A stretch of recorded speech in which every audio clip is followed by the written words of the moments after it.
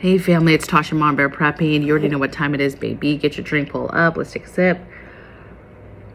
Yum, yum, yum.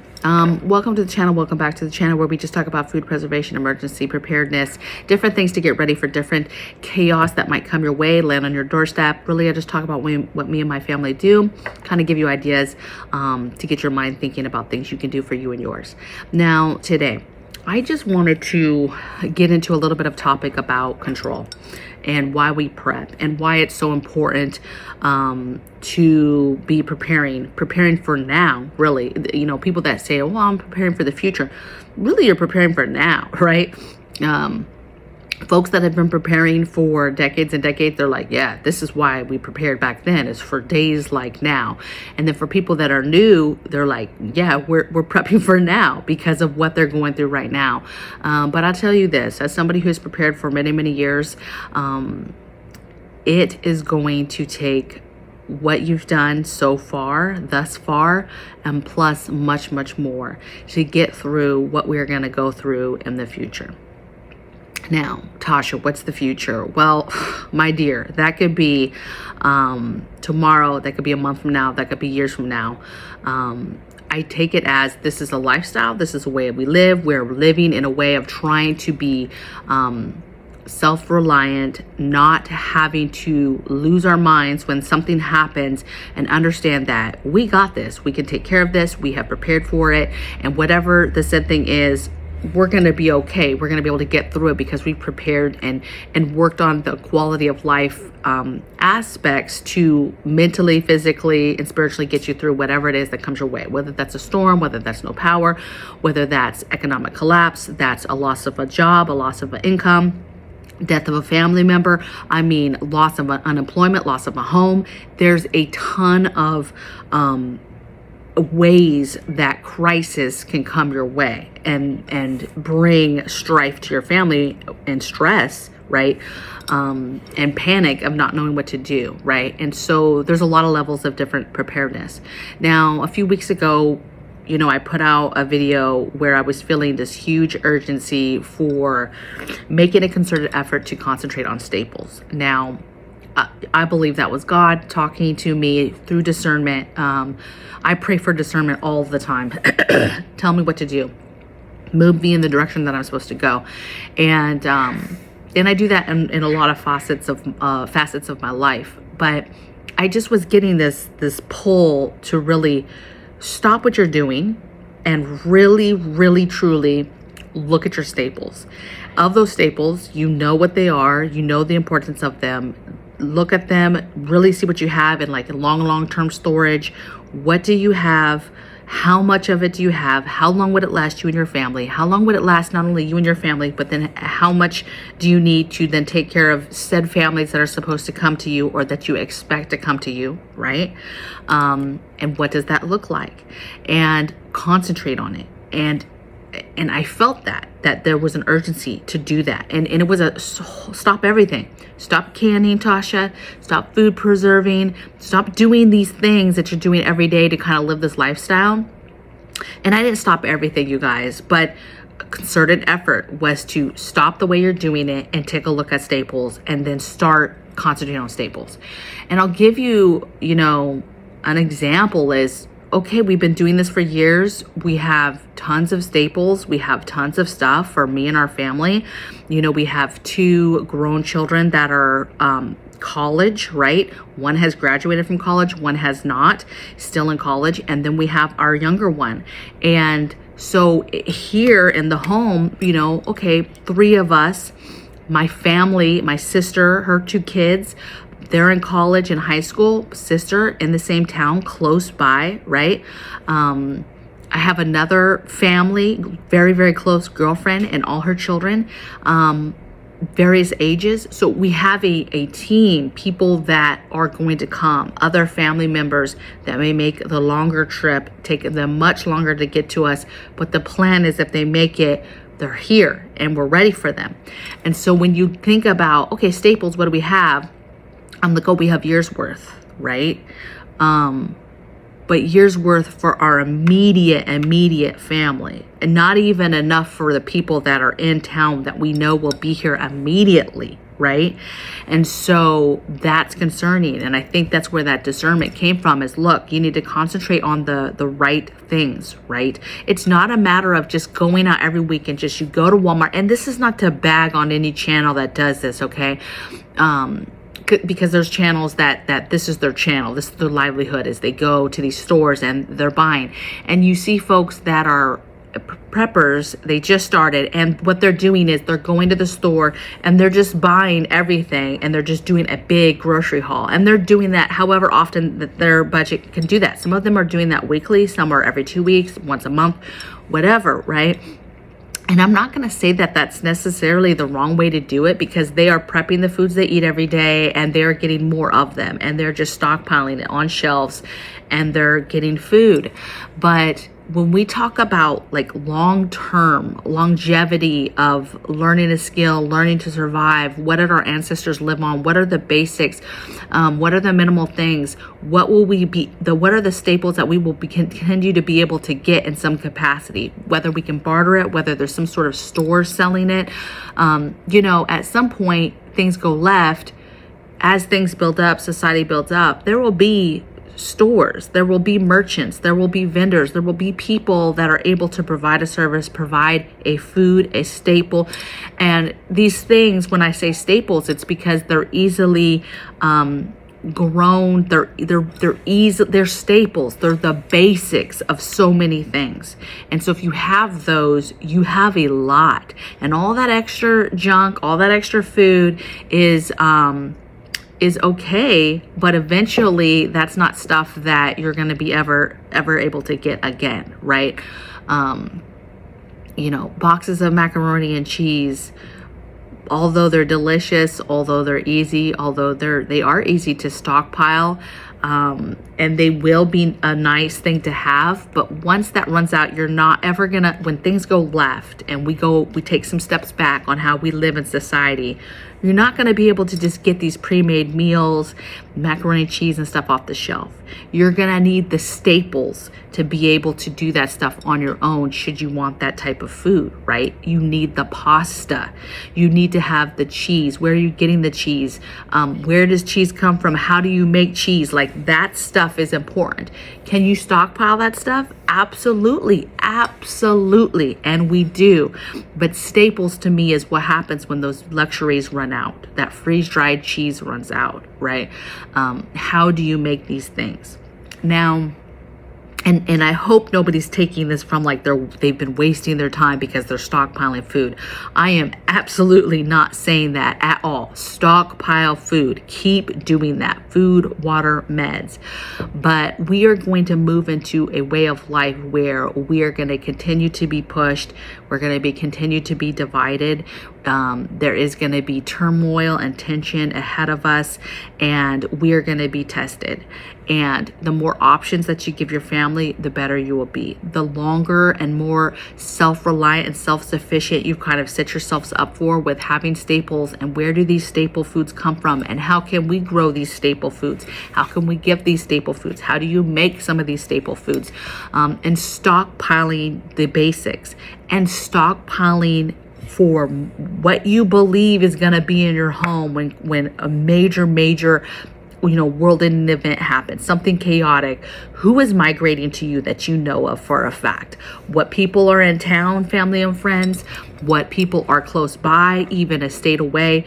Who do you expect to come? And who do you expect that you may have not had a conversation with, but you would not be surprised if they showed up at your door? Because the fact remains that if family and friends, and I knew you in life and you were my friend, there's a very good chance I'm not going to turn you away, as long as you understand I'm in charge, right? These are my preparedness items. This is my home. And you have to fall in line with everybody works. Everybody has a job. Everybody has a place.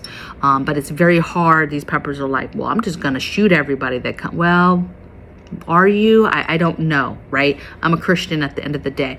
But I'm smart, and I will go with my gut, right? And unfortunately, I hate to say it, but violence has a very high chance of happening, right? Because you're not going to let anything bad just walk into your circle, right? Your family. You're going to continue to protect your children.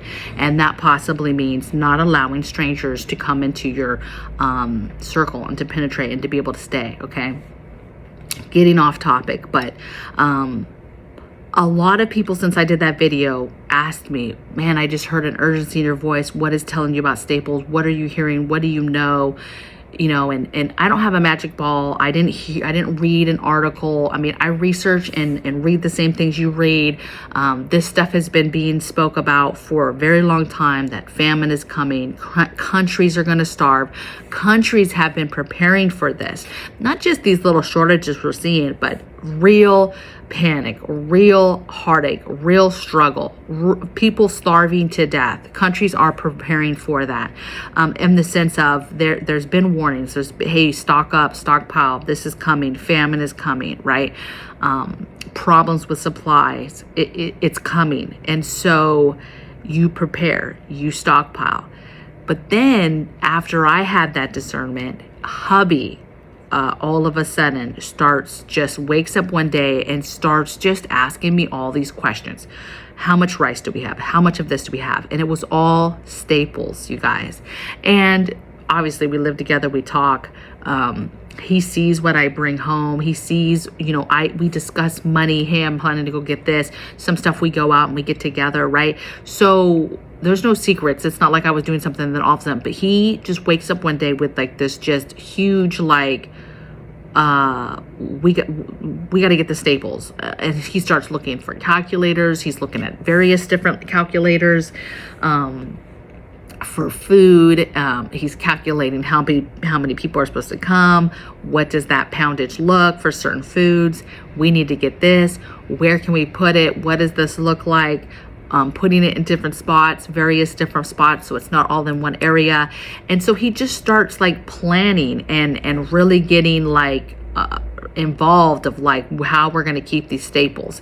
And I thought it was wild, and I'm thinking like maybe he watched my video, because you guys, hubby doesn't watch my videos. He's not a super fan. I've said this before and I mean it. He's not a super fan. We talk about all these things, we discuss these topics that I talk about on here, but he's not a super fan. He's not at work watching my videos, okay?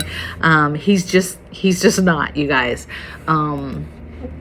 But I just found it almost like a validation of like, okay, what's going on? Where is this coming from? I mean, he always takes me off guard when he like wakes up with like a panic, or he sees an article all of a sudden come across his feed. Like the other day, hilarious, you guys. He was like, have you heard about this, about China, what they're saying about China? And I was like, oh, this should be good. So I sit up and I take a sip of my drink, and I'm like, okay, babe, hit me, right? Because I think it's funny, because I talk about a lot of these things on my channel, and it just, I read and I research this stuff and see this stuff all the time.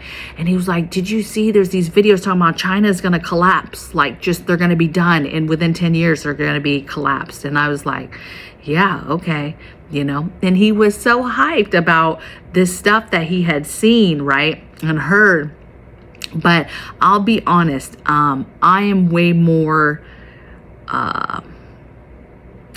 I guess I accept more of going down the rabbit hole than he does, because once we go down the rabbit hole together, he does get more worried. And I think that burden as the man of the home really intensifies when we go down rabbit holes and we start looking at stuff. And maybe that's why he doesn't watch my videos, because he would be thinking about it constantly. But we make a good team, and I find it entertaining at times when he brings things to my attention that I already know about, I've already discussed. Sometimes we have already discussed them, but clearly he wasn't listening in the conversation. But I just find it entertaining at times. But to be honest, none of it is funny, right? And what I took from it was validation as far as the food and staples and the importance of that. And there's a lot of control happening. There's control that's going to move forward. And there's two things that I've always kind of thought about as a prepper, being a prepper, even in my younger days. And that was, how are we going to live one day with no power? Meaning infrastructure is trash, something happens, we lose it and we don't get it back. How do you prepare for that? So what do you teach yourself? Skills? What are the things that you get to make your quality of life better, right? So we're not living like cavemen and cavewomen and like our ancestors, and we're struggling with stuff. We have the updated technology, updated tools to do things a little bit easier and not be so back-breaking, right? So get those things, but how do you essentially go back to, you know, cowboy days and, you know, surviving in a harsher climate, having to do stuff yourself, having to grow your own food, having to work your own land. What can you get from your land? How do you bring in income? You know, chores, just everything involved in a homestead and living on that, like with no power. How does that work? And what have we done to prepare for that, right? And what's the other thing? So living with no power, oh, I can't see. I just forgot the second thing. But I think that maybe I'll remember the second thing. Maybe I won't. But I think that what's important is that you teach yourself how to do this with no options, because the control factor is going to keep moving forward. Oh, that's what it is living in the way that when the preps are gone, when the preparedness things are gone, whether it's a luxury food item, whether it's in the gas, the fuel. And so, you know, going in control, and the things that are happening lately, like this article that came out saying they're trying to take away gas stoves. And a few years ago in California, when they were saying they were going to take away gas, you know, like lawnmowers and lawn stuff and anything that had to do, you know, chainsaws and all this stuff. And at first you're like, that's crazy. Like, we need that stuff. We need gas. We need to be able to use these things. It's not fair. That's a control thing. You know, electric, right? They're all about that. But it's a control thing. And I refuse to let that be a thing. One, you fight that as much as you can with elections, with voting, paying attention to policies, paying attention to what's going on in your state, your county, your city, all of that stuff, and fight it where you can. But at the end of the day, I've always in my mindset thought about, well, there's one day going to be no power, and one day these resources, you're not going to be able to get some of these resources. And so how do you prepare for that? How do you live life or prepare to live life without that? And so we've always thought, you know, how do you live life without the generators, even the solar generators, right? Living life without solar generators, gas tools, lawnmowers, whatever, natural gas that comes into your house for your gas stove or to heat it. It seems silly. It seems so silly why you would do this. You would make up some stupid reason why. But it won't stop with that. You know, there's nothing stopping from, if you're going to take away a cooking stove because it's gas, ran by gas, what's going to stop you from then taking away the heating source, right?